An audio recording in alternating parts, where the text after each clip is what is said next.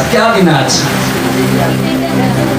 यीशु मसीह मुर्दों में से जी उठा। आमीन।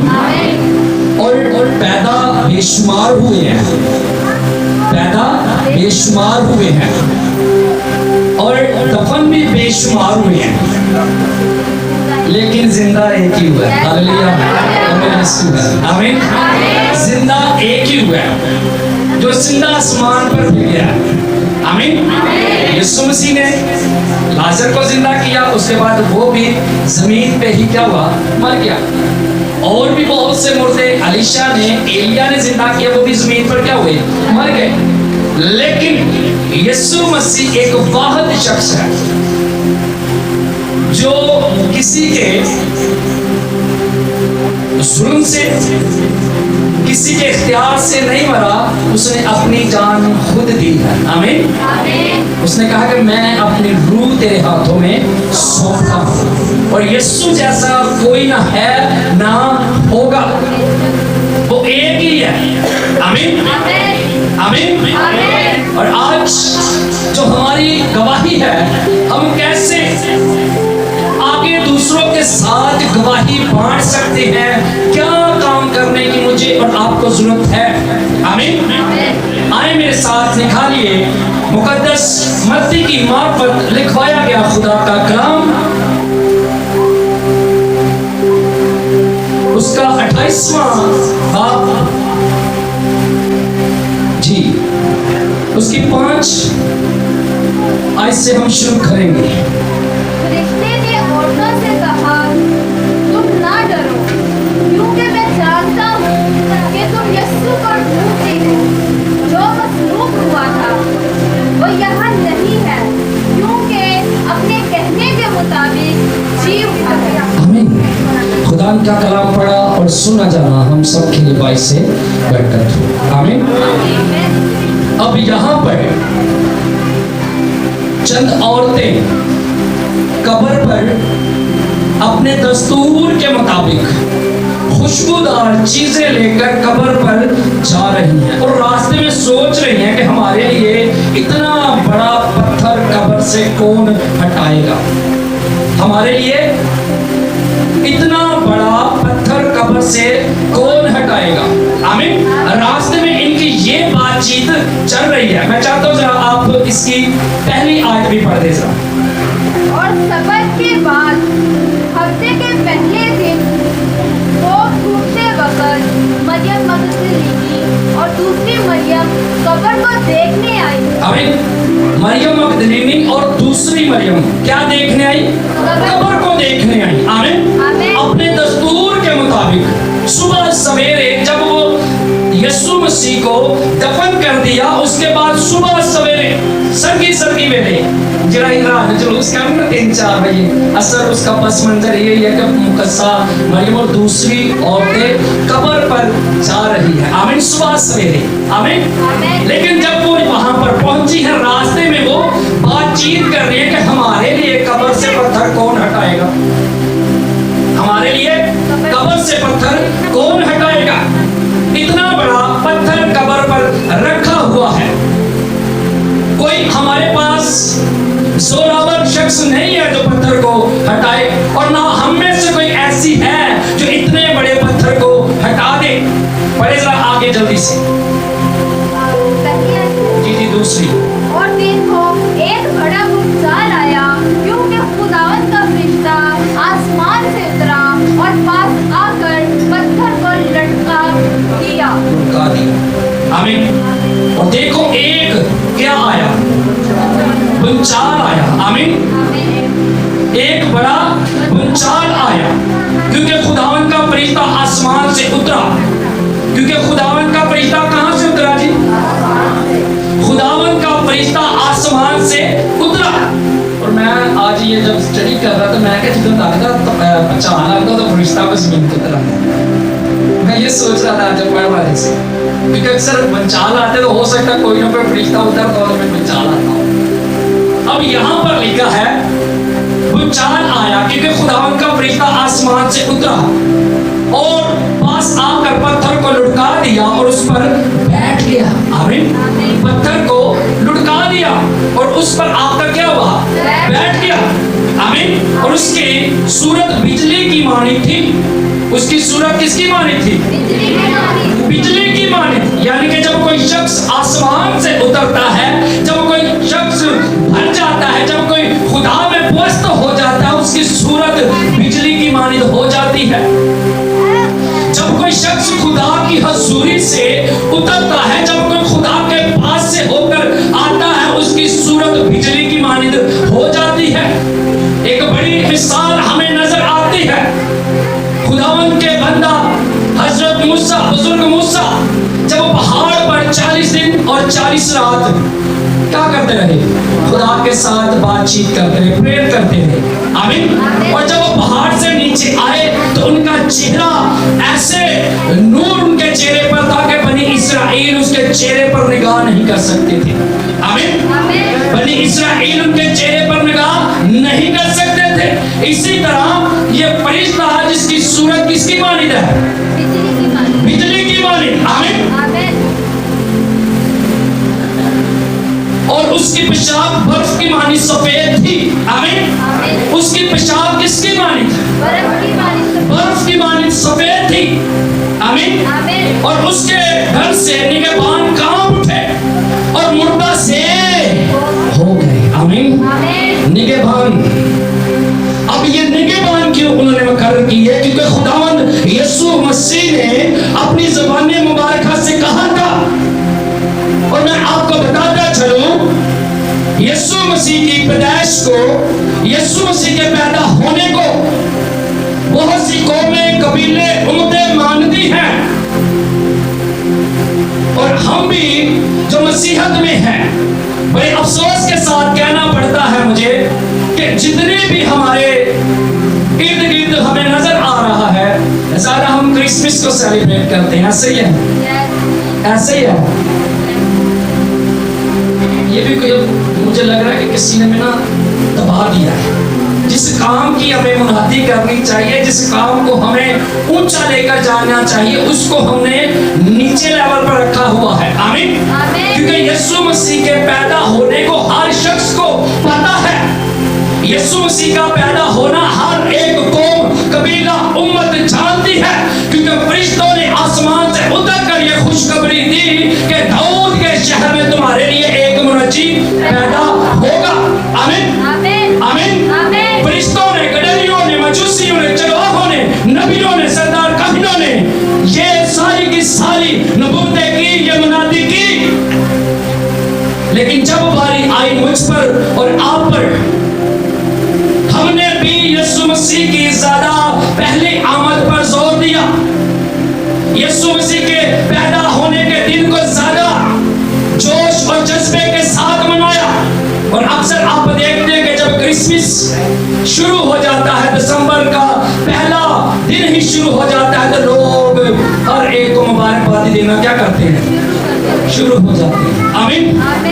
और इसीलिए उस दिन का तमाम की तमाम कौमों को पता है। और बहुत से ऐसे फिरके हैं जो ना क्रिसमस को मानते हैं, ना यीशु मसीह के जी उठने के दिन को मानते हैं। बेशक जगह बजगह लोग ऐसा कर रहे हैं। बहुत से ऐसे मसीहों के अंदर फिरके हैं जो ना क्रिसमस सेलिब्रेट करते हैं, ना ईस्टर को सेलिब्रेट करते हैं, नहीं मनाते। लेकिन हर शख्स की अलग अलग एक अपनी तालीम है। लेकिन मैं यहाँ पर आपको सिखाना चाहता हूँ, जो मुझे और आपको मुनादी करनी है, हमने यीशु मसीह के जो जी उठने का दिन है, इसे क्रिसमस से भी ज्यादा जोर के साथ और कुव्वत के साथ और खुशी के साथ मनाने की जरूरत है।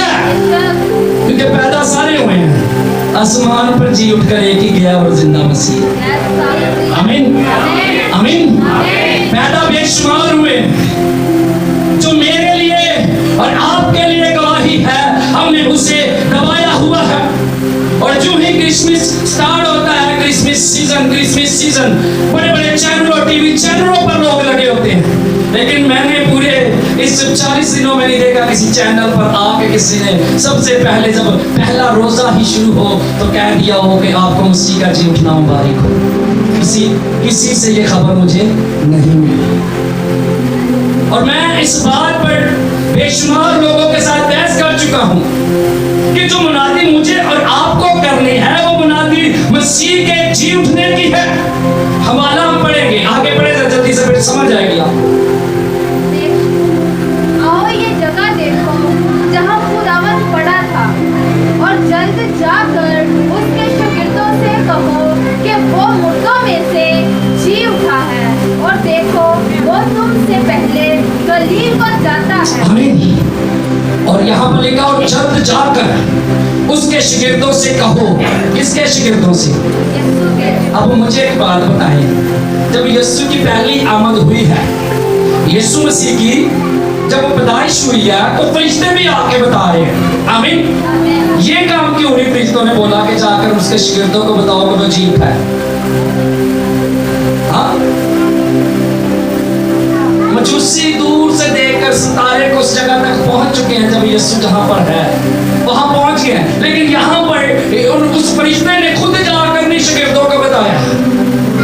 तो उसके शागिर्दों को कहो कि वो अपने कहने के मुताबिक क्या हुआ है? जी उठा है। अब मेरी और आपकी जो खुशी है, जो मेरे और ऊपर आपकी जिम्मेदारी है, वो ये है कि हम जाकर दूसरों को बताएं कि वो जी उठा है। हालेलुया।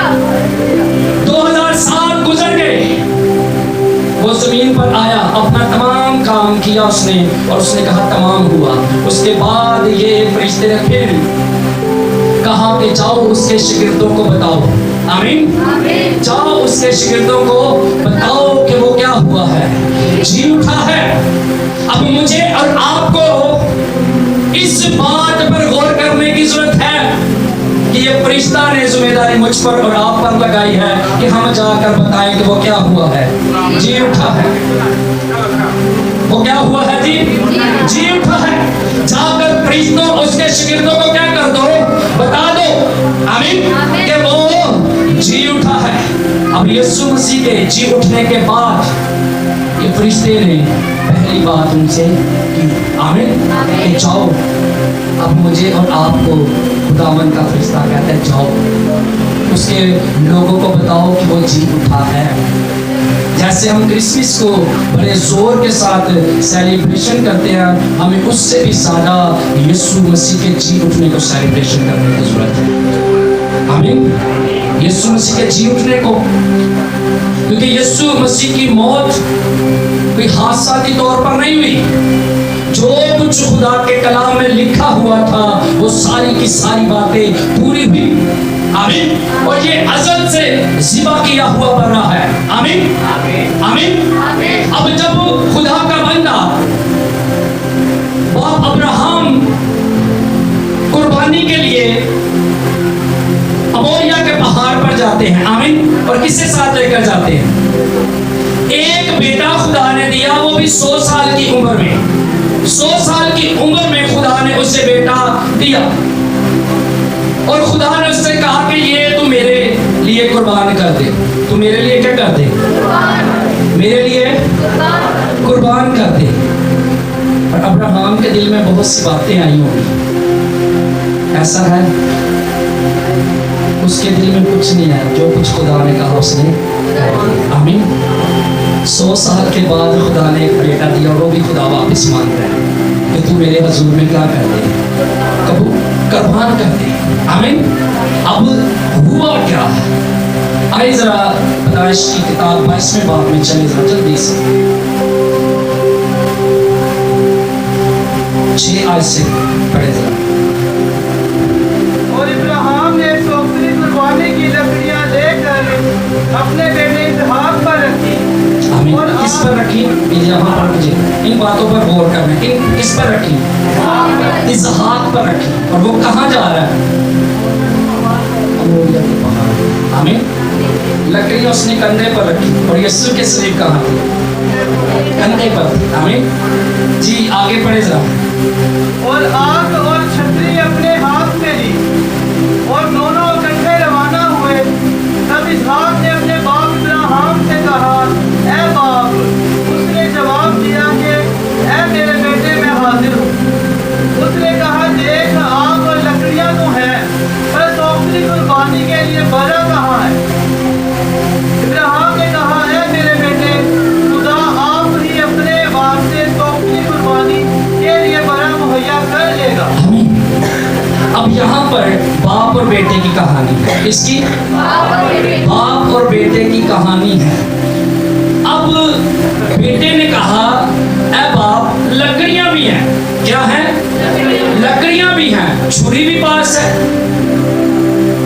लेकिन सोख्तनी कुर्बानी के लिए भर्रा नजर नहीं आ रहा। अब बेटे के दिल के अंदर ये बात है, उसने बाप से पूछ लिया, लेकिन जो मेरा और आपका बर्रा, उसने पूछा नहीं। उसने कहा, ए बाप, मैं हाजिर हूँ। आमीन। उसने कहा, ए बाप, मैं हाजिर हूँ। आमीन। अब यहाँ पर बेटा सवाल कर रहा है और बाप का ईमान देखे, बाप का ईमान देखे, बाप अब्राहम का ईमान देखे। वो कहता है, खुदा अपने वास्ते भर्रा आप मुहैया करेगा। आमीन। खुदा अपने वास्ते आप भर्रा मुहैया करेगा। आमीन। अब खुदा ने अपने वास्ते एक भर्रा मुहैया करना था, और वहां पर लिखा है, जब अब्राहम लकड़ियों पर इसहाक को लटा चुका, छुरी चलाने लगा, तो खुदा ने कहा कि मैंने तेरा ईमान देख लिया, तेरा ईमान बहुत बड़ा है। आमीन। और एक भर्रा जिसके सींग झाड़ियों में क्या थे? लटके हुए थे। यीशु के सर पर क्या डाला गया था? वहां पर सारा ये अक्स दिखाया जा रहा था, क्योंकि हकीकी भर्रा बाप अपने लिए मुहैया करने वाले थे। आमीन।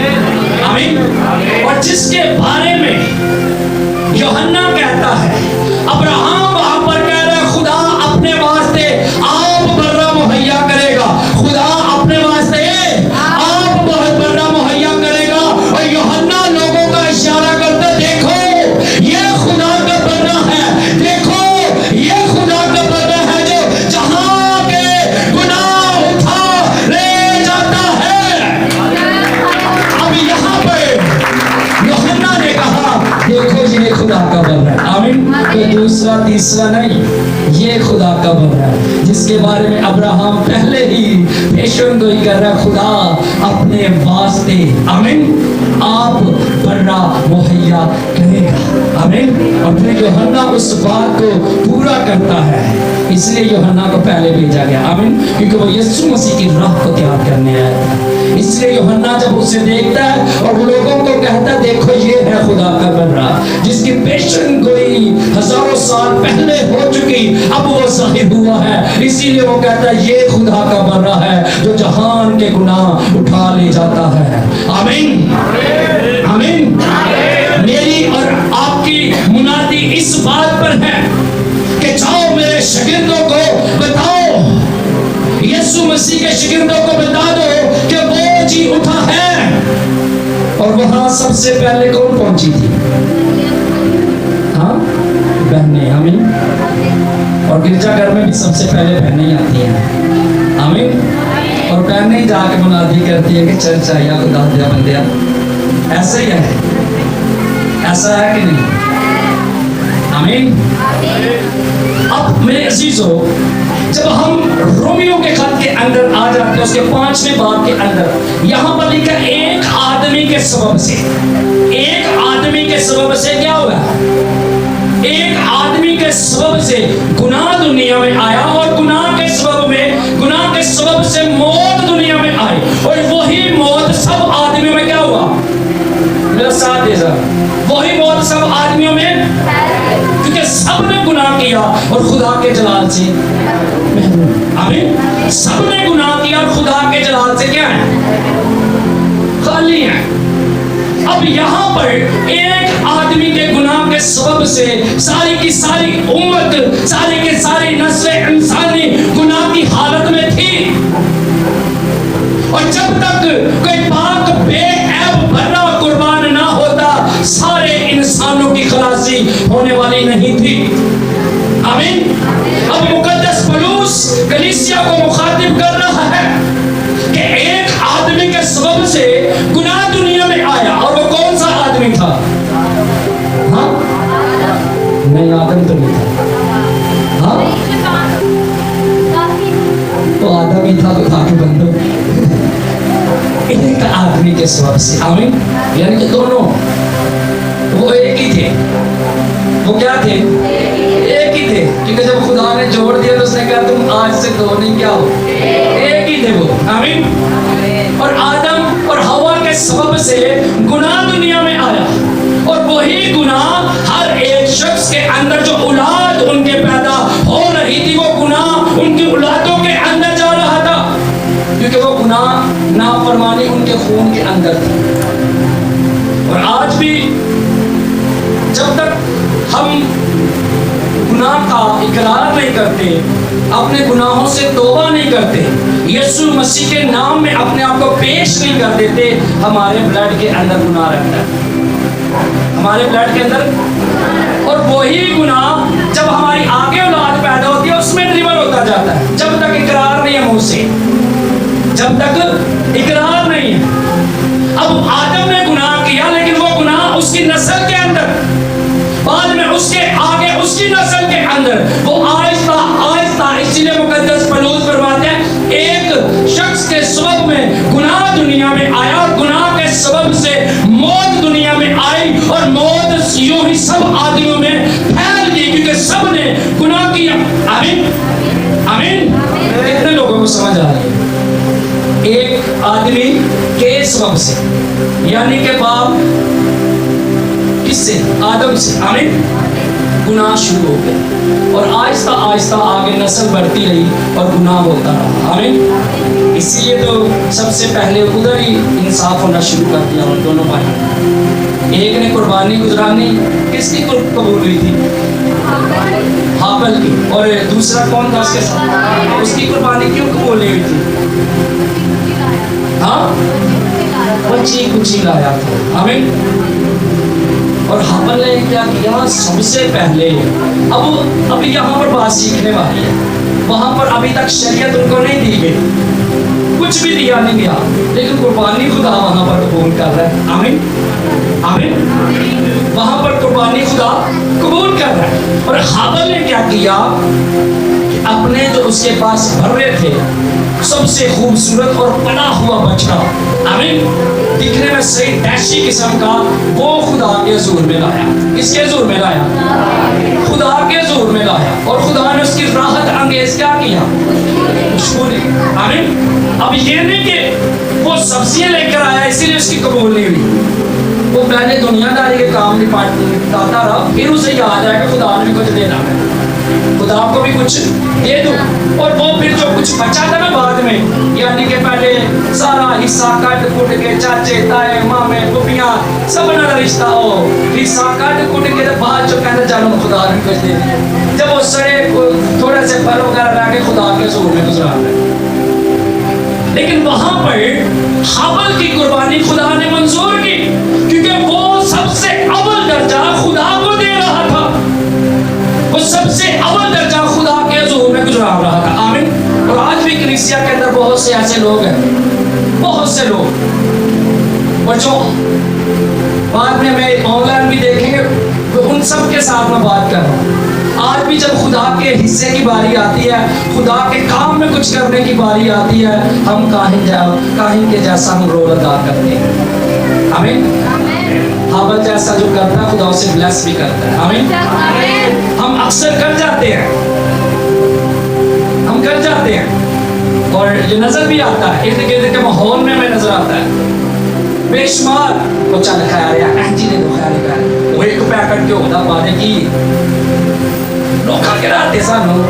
मेरी बहनों मेरे भाइयों, आप लोगों को ना देखें जिसके लिए आप कुर्बानी गुजरा रहे हैं, वो आपको देख रहा है कि आप किस नीयत से कुर्बानी गुजार रहे हैं, वो देख रहा है। दूसरों को मत दिखाएं, आपकी वो नीयत जानते हैं कि आप किस नीयत से कुर्बानी गुजरा रहे हैं। और एक जगह पर लिखा है मलाकी नबी की किताब में, अगर किसी के घर में अच्छा देने के लिए है तो वो सबसे कमतर हिस्सा निकाल कर लाता है, तो वो मलाऊं है।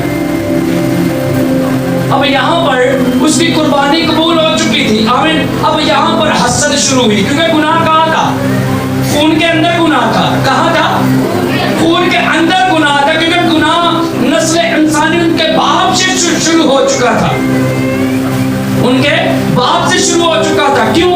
आज भी देख लिया, इधर हमें बहुत से ऐसे लोग मिलते हैं जैसे बाप उनके करते हैं वैसे ही आज बेटे कर रहे हैं। बेशुमार ऐसे हैं, लेकिन मैं समझता हूँ कि कुछ ऐसे खुश नसीब बहनें हैं जो बड़ी ज़बरदस्त तरीके से अपने बच्चों को दलदल से निकाल रही हैं। आमीन। बाप इतना साथ नहीं दे रहे, बाप फिर भी कहीं ना कहीं वो क्या कहते हैं डंडी मारते जा रहे हैं, लेकिन माएँ बच्चों पर पूरा फोकस दे रही हैं। आमीन आमीन। और बाप के वसीला से वो उस आदम के जो अंदर गुनाह हुआ, जो उसके ब्लड के अंदर खून के अंदर गुनाह था, वही उसके बच्चों के अंदर ड्रिवन हुआ। और उसके बाद उसके बच्चों ने भी गुनाह कर दिया। एक भाई ने अपने छोटे भाई को क्या कर दिया, मार दिया।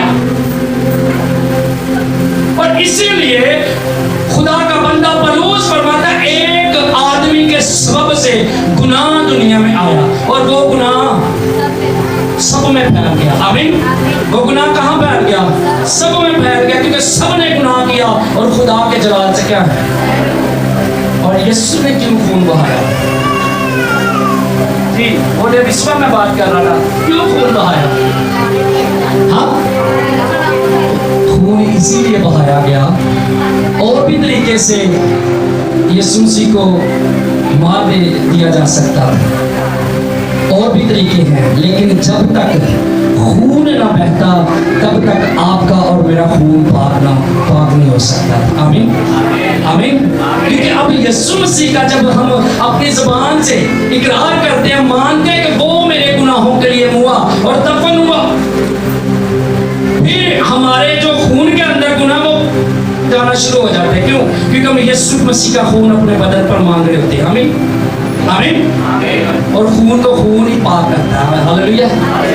जैसे जैसे आप यीशु मसीह का खून अपने ऊपर मांगते जाएंगे, आहिस्ता आहिस्ता आहिस्ता आहिस्ता जो हमारे बदन के अंदर खून है जो गुनाह की हालत में है, जब यीशु मसीह का खून आता जाएगा और वो हमारा खून जो गुनाह से भरा हुआ है, आहिस्ता आहिस्ता उसकी गुनाह की ताकत हमारे बदन से क्या होती जाएगी, कम होती जाएगी, क्योंकि यीशु का खून हमारे बदन के अंदर काम करना शुरू कर चुका है। आमीन आमीन।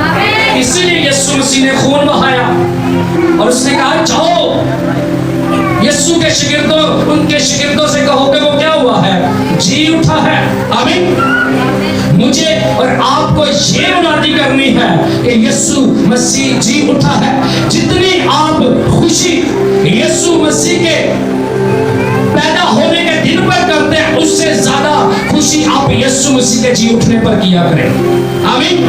क्योंकि पैदा तमाम के तमाम लोग हुए हैं, लेकिन मरकर एक ही आसमान, जिंदा होकर एक ही आसमान पर गया और वो यीशु है। और वो आपके लिए आया और आपके लिए दफन हुआ और आपके लिए जी उठा, ताकि जैसे हम जमीन पर मरेंगे, ठीक जैसे यीशु हुआ और फिर जिंदा किया गया, अब ईमानदार भी ठीक मरेंगे जिस्मानी मौत, लेकिन उसके बाद जब यीशु मसीह आएगा सब के सब जी उठेंगे। इसलिए उसने वादा किया, जहां मैं हूं वहां तुम भी हो, मेरे बाप के घर में थोड़े से मकान हैं।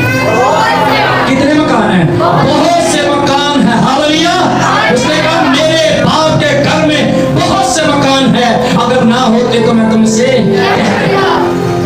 अब ये चर्च की जिम्मेदारी है, इस कलीसिया की जिम्मेदारी है कि आइंदा आने वाले साल में हम क्रिसमस से ज्यादा यीशु मसीह के जी उठने के दिन को ज्यादा शौक के साथ और जोश के साथ मनाएंगे। आमीन। और अब देखा क्रिसमस पर हमने भी लिखा हुआ था हैप्पी क्रिसमस, सब हमने नहीं, हमें भी लिखना चाहिए था यहाँ पर ईद क़यामत अल मसीह मुबारक। आमीन। गिरजाघरों के अंदर लोग बड़ी तैयारियां शारियां करते हैं बड़ी, लेकिन ईस्टर पर सारे के सारे ऐसे जैसे वो हो गए हैं। इसका मतलब रेल मुनादी हमने कम कर दिया और दिखावे की मुनादी हमने ज्यादा शुरू कर दी। और ये पूरे वर्ल्ड के अंदर हो रहा है, पूरे वर्ल्ड के अंदर। हमारे यहाँ पर लोगों को भी पता नहीं कि ये ईस्टर मनाते क्यों हैं, ये क्यों ये ईद मनाते हैं रोजों के बाद। यहाँ पर हमारे मुल्क के अंदर अभी तक लोगों को पता नहीं है, तो हम यहाँ पर 30 मार्खा बने हुए हैं और यहाँ पर वो मुनादी कहता है जाओ उसके शिगिर्दों को बोलो कि वो जी उठा, अपने वादे के मुताबिक जी उठा। वो मुझे और आपको जी उठना साबित करना यीशु मसीह का मुल्क पाकिस्तान के अंदर उसके पैदा होने के दिन को हर कौम मान रही है, लेकिन जी उठने के दिन को बहुत सी कौमें नहीं मान रही। अलग अलग हर कौम के व्यू हैं। कोई कहता है उसका हम शक्ल